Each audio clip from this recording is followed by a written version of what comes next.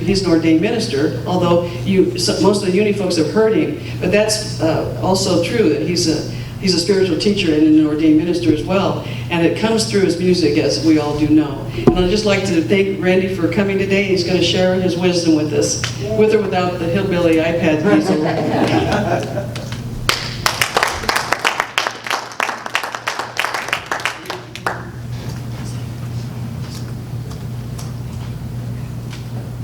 I'm keeping this. Where do I get one? I love it. Good morning. Good morning. Did you enjoy the beautiful rain last night? Yes. That was so magnificent. It was just, Snoopy's taking a nap.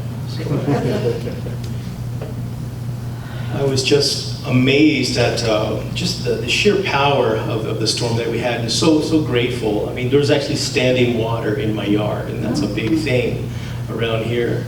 I have mulch on this upper level of my backyard, and this morning all the mulch was now on the ground. So I don't know how that happened. Today I'm going to be speaking about pivoting from reacting to responding to situations. As Reverend Tanya was saying, when you watch the news, which none of us do, but when you watch the news, sometimes you can feel that immediate, visceral reaction come up like, blah, blah, blah. But like Ken's example of something good is a great idea. On Facebook, are any of you on Facebook? Okay, a couple. You can choose what you see first, and what I see first every time I get on Facebook is the Good News Network, because they always have something good, and so I would definitely recommend that. There's a Buddhist saying that says, don't get upset with people or things. Both are powerless without your reaction. So, has anyone here played basketball? I know you probably have, Kay. Oh, yeah. She was a cheerleader for the NMSU a few years ago. I've seen pictures. And anyway, there's a move called a pivot. And when you pivot, you keep one foot on the ground. You can either pass the ball or you can shoot it, but you can't move that. So you're always trying to get away from your opponent or trying to outsmart them or do something, but you must keep your foot on the floor. So I liken that to our reaction spiritually, to how we can either react or we can respond to things that we encounter on a daily basis. Sue Ann Big Crow, a beautiful young lady. She was born March 15th, 1974 at the Pine Ridge Hospital in Pine Ridge, on the Pine Ridge Reservation up in South Dakota. And she was born in a brick building that's no longer a hospital now, but it was just uphill from the four-way intersection in town. That's significant because there was only one four-way intersection in town. And now, if you don't know anything about the Pine Ridge Reservation at that particular time, I'm not trying to make you depressed, but I am trying to give you some context. Well, the Pine Ridge Reservation at that time was the poorest county in the United States. 97% of the population lived below the U.S. poverty line. 90% unemployment rate, 70% high school dropout rate, teenage suicide 150% higher than the national average. You get the point. It was challenging. So Sue Ann was born into that. She was born into a single mom who had a couple of daughters, and so her future was either going to be bleak or what she made of it. So Sue Ann was a remarkable young lady. By the time she was 9 years old, she was staying with her godmother on New Year's Eve when the woman's teenager came home and he shot himself. He was drunk. He shot himself in the chest. The woman was so distraught that Sue Ann just jumped in and she started to do compression. She called the ambulance. She organized. She had everybody. She was only 9 years old. So she grew up kind of fast, and she also gave talks everywhere. She was very opposed to drugs and alcohol, probably partly for that reason that happened to her on that New Year's Eve. So she made a video talking about don't do drugs and don't do alcohol. And I've actually seen parts of it, and she's very, very wooden. Don't do drugs or alcohol, you know. But for her to come out as a young girl and say that was a big act of bravery, you have to understand. Raul Bradford, her former teacher and coach, said Sue Ann didn't respond to peer pressure. Sue Ann was peer pressure. She was the backbone of any group she was in, and she was way wiser than her years. And by coming out against drinking, she probably saved a whole lot of lives. Well, Sue Ann ran cross country. She loved cross country. And in 5th grade, she had heard that someone told her that if you practice dribbling a basketball 1,000 times each day with each hand, that you would get really good. So that's what she did. She started doing it 1,000 times. She was in 5th grade, and then she started doing layups on the side of the house, driving her sister and her mom kind of crazy. So then she decided to go for the gutters and drain pipes, and so she would do loop, and she until it came apart from the house, and then made her stop that. So she was also an inspiration for the Lady Thorpes, named after, of course, the Olympian Jim Thorpe. Famous Lakota man. So she was on the basketball team, and in the fall of 1987, the Lady Thorpes were playing one of their rivals, which is this little town of Leeds, South Dakota. It's a mining town. And that they were rivals, and they were a little afraid because it was a big rivalry. And so by the time the Lead High School was set into this hillside, it looked very imposing on top of this hillside, and it was said to be the loudest gymnasium in the state of South Dakota. So they go in there, and these Lead kids, you know, the Lady Thorpes, they're in their locker room, they're kind of warming up and stuff, and they start to hear these sounds, hey ya, hey ya, hey ya, hey ya, woo woo woo, and you know, all these noises of taunting, and they started to get really, really nervous. So usually what they would do is they would come out, the visiting team would come out, and they would run laps around the court, and then they would do layups, and then they would start to do their practicing. And then the home team would come out, of course, and they would do the same. There's usually a big crowd and everything. But just as the girls started to line up to go out onto the gymnasium floor, they started hearing it got louder and louder, and then the band joined in. You know those musicians. And then the band joined in, and they were doing like that fake dum dum dum dum. Yeah. What do they call that, tomahawk thing? And then they were also going, you know, the da da da da da da, which is not Indian, by the way. I'm Native American. That's not Indian. I gotta tell you, that was John Ford's fault. So they were really nervous, and of course the way that they went out was the tallest girl first, and then the shortest girl last, which meant that her cousin Donnie was always at the very front going out. And so she was up there, and she heard all that noise, and then they started yelling, "Where's the cheese? Where's the cheese?" And they were waving around food stamps and stuff, because they were on commodity cheese, and so of course if Indians were lining up, it was for commodity cheese, and so they were saying, "Where's the cheese?" They were really giving them a hard time, in other words, and they took out their newspapers, and they were pretending to read their newspapers and stuff. They were just, yeah, I mean, on one hand, that's just sportsmanship. We've been to a lot of basketball games. I grew up in Hobbs, New Mexico, one of the biggest basketball places in the country, and we probably did things like that too. But it intimidated these girls very, very much, and so Donnie said, "I'm not going out there." And so Sue Ann said, "Here, I'll go first." And she said, "Sue Ann, don't cause any trouble." You know? And so, you know, so I said, "I'm not going to cause trouble." And so Sue Ann ran out there, and instead of going all the way around the court, she stopped at mid-court. And she threw her basketball to her, you know, cousin Donnie, and she took off her shawl. I think that's the next one. She took off her shawl, and in the middle of the court, in center court, she starts doing the shawl dance to their taunting, "Hey," and she starts doing the beautiful, because she went to powwows her whole life, and she had won awards and everything, and they were just like, "Hey, huh?" There, and then she started singing in Lakota. She started singing this Blessing Way song, and she was just singing, and the audience just stunned. They were just quiet, and they're like, "Whoa, what do we do now?"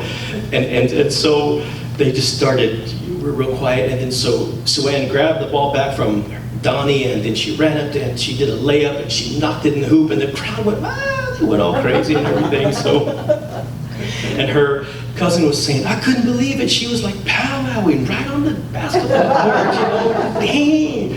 So, well, unfortunately, Lead went on to win that game. But that's okay, because Sue-Ann wasn't being necessarily heroic or brave or anything like that. She was just already centered in her power, so that she was so unmoved by any provocation, she didn't even see it as provocation. She pivoted with that power, and she responded. And so today, if you go to Lead, South Dakota, they have named the recreation center after her, the Sue-Ann Big Crow, and they've named the Boys and Girls Club after her. She's a big thing because 2 years later, unfortunately, she died in a car wreck when a drunken driver crossed and killed her, and her mom too. But her legacy is this. Her legacy is this, and I'm just so impressed by this. And I've always loved that story because it's a story of that moment of grace. You know what I mean? When, like with so many other people, you know, Gandhi, Nelson Mandela, Martin Luther King Jr., there's Rosa Parks, there's so many, and we can go on and on of people who simply stood in their power, stood in their grace and said, I'm going to be here because I'm centered in something bigger, I'm centered in something larger, and I'm going to pivot from yelling at you back, and I'm just going to stand in grace. Now, the thing about reactions, when we react to something that we see online or on Facebook, you know, whenever someone says something nasty to you, or when they post something that you really disagree with, which has been happening a lot lately, I scroll and go, okay, that's enough of that. I want to do something nice, like go for a walk in the desert or make some green chili. So reactions are that limbic part of us, that reptile part of us, that ancient part of us that makes us either fight, flight, or freeze. And they come from a really old place, they come from a very deep place, and there's no filtering process there. When you react in a situation, you're on autopilot. You say things and you do things without really thinking first, without going through the filter of your heart. It's kind of like a puppy, you know, who hasn't been trained, and the untrained puppy is going to bark at every dog, jump at every passing neighbor, and then eat your dinner when you're not looking. Or when you're looking. I've had dogs do that. Responses are different. They're more thoughtful. They're when you respond, you first explore in your mind the possible outcomes of the reply that you're going to say. You give it a filter, and you weigh the pros and cons, and you think, do I need to do this? Do I need to click send? Or should I wait? And you go ahead and breathe. The responses are more like a well-trained puppy, a well-behaved dog who comes when you call it and barks only when there's a reason to bark, and of course waits patiently for the treat while drooling. Okay. There's this old joke about a dog who goes to a psychiatrist, and the psychiatrist says, what can I do for you today, Fido? And Fido says, well, it's always good dog this, good dog that. Why is it never great dog? Sorry. I know it's early, come on. You guys are a tough crowd. So, there's a saying that's attributed to someone who's unknown. Unknown has written a lot of great quotes. Between stimulus and response, there is space. And in that space is our power to choose our response. And in our response lies our growth and our freedom. Couldn't be more true. So we are aware and awake people, right? Yes. And while being awake and wise, as we shift from auto-response, the auto response of unconsciousness, to mindfulness, we remember our place. So here's an acronym that I came up with to help us remember how to pivot from reaction to response. And the first one is pause. As soon as you notice that you're triggered, take a breath. Take a slow breath. Let some space into your heart space. Just let it in. That's all you gotta do. That's all you have to do is breathe. Just that breath alone can create that space. And the next one is label your reaction.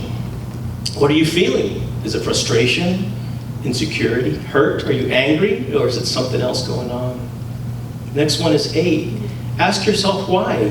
What actually triggered you? Was this event itself could have been related to a previous judgment you had, or a common trigger to an ex, to a parent? You know, the emotion is tied to something below the surface of the actual event, almost always. The next one is choose your skillful response. This is where the magic happens, people.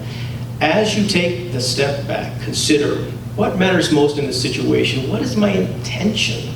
And how can I respond in a productive way, in a way that will move me closer to my intention? Last one is empower yourself. Empower means give yourself power. Empower yourself to move forward from that place of awareness so that you can invite a healthier, more evolved outcome for everyone involved. Now, this is not going to happen overnight. I teach meditation, and oftentimes people will tell me, I'll ask, how long have you been meditating? Well, I started yesterday and it's not working. How long did it take you to walk? You know, it takes practice. It takes practice and it takes skill, but it comes from dribbling that basketball, right? 1,000 times in each hand. It has to become an automatic response. The reason that musicians practice so much all the time, like I do and like many others do, we're trying to get muscle memory. There's a great cellist, Pablo Casals. Have you heard of him? Yes. Well, he was like, I don't know, 96 or something. You know, he was really well lived. And this interviewer asked him, do you still practice? He said, yes, 6 hours a day. And he said, but come on, you've got blah, blah, blah, this award, that award, you're world renowned, you've shared the stage with everybody. Why do you still practice? And he said, well, I think I'm finally starting to get good. You know, so, right, Melody? And I totally get it. We practice a whole lot. And Sue Ann had practiced enough of standing in her power that it was automatic. We have to practice till it becomes automatic. And it starts with the little things. When somebody cuts you off at the grocery store, when somebody cuts you off driving, when somebody makes a nasty comment to one of your posts, it's that pause, just that slight pause that will give you that space. Let that space in where that grace can come in. Sue Ann didn't run out there and cry. Sue Ann didn't run out there and, you know, make hand gestures to them. She took what they're giving her. She said, oh, this is beautiful. God, they're honoring me. I'm going to dance, and I'm going to sing, and I'm going to show them. Transform the entire place. The story that's after that was that a lot of the girls on the basketball team from Lead and the Lady Thorpes, they became friends, they became close. It opened up a much broader dialogue, a much broader communication, which I think is absolutely wonderful. So I'm going to end with this beautiful poem that I had come across. I don't even remember where at this point. I spent a lot of time reading and listening to podcasts and YouTube videos and TED Talks and those kind of things to see what other people that have gone before me and done the work, to see what they think about these particular subjects, because we're all one consciousness, we're all one mind, we're all tapped into that beautiful one mind, to that divine intelligence. And I recognize when something resonates, when something's true for me, and this definitely was. It's a poem called Clearing, and this is by Martha Postlethwaite. It's called, and it says, do not try to save the whole world or do anything grandiose. Instead, create a clearing in the dense forest of your life and wait there patiently until the song that is your life falls into your own cupped hands and you recognize and greet it. And only then will you know how to give yourself to this world so worthy of rescue. And so it is. I'm going to end with a meditation. So let's go ahead and get into that silent place, to that still place, to that place of grace, to that clearing within us. You close your eyes if you're comfortable doing that.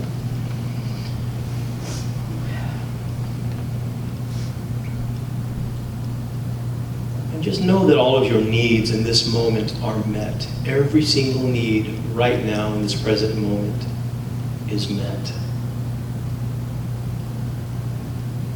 And tune in to that silence, to the stillness, the calm water of your soul that Rumi referred to. And now follow your breath as you inhale, and then pause it for a couple of seconds. And exhale and follow it out. Give it a light or give it a color.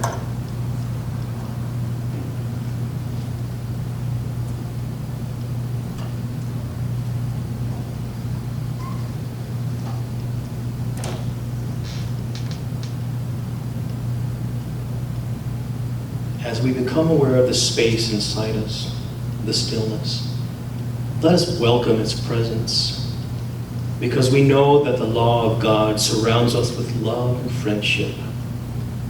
We permit this love and friendship to flow out to all things, all places, to all people, everywhere. Our ancestors, our descendants. Let it radiate in your environment. Bless everything you touch. Make whole that which is weak. Turn fear into faith and accomplish the miracle of healing through love. Know that whatsoever things are good and true, that you shall think upon them only. Live and move and have your being in wholeness, peace, poise, and power, which belong to the kingdom within you. Give joy and love to all, knowing that the gift of life is not to you alone, but to all beings who celebrate it. Know without a doubt that love is at the heart of all creation, and see and know the truth that only love is real, and anything unlike love does not belong. And so it is. Thank you.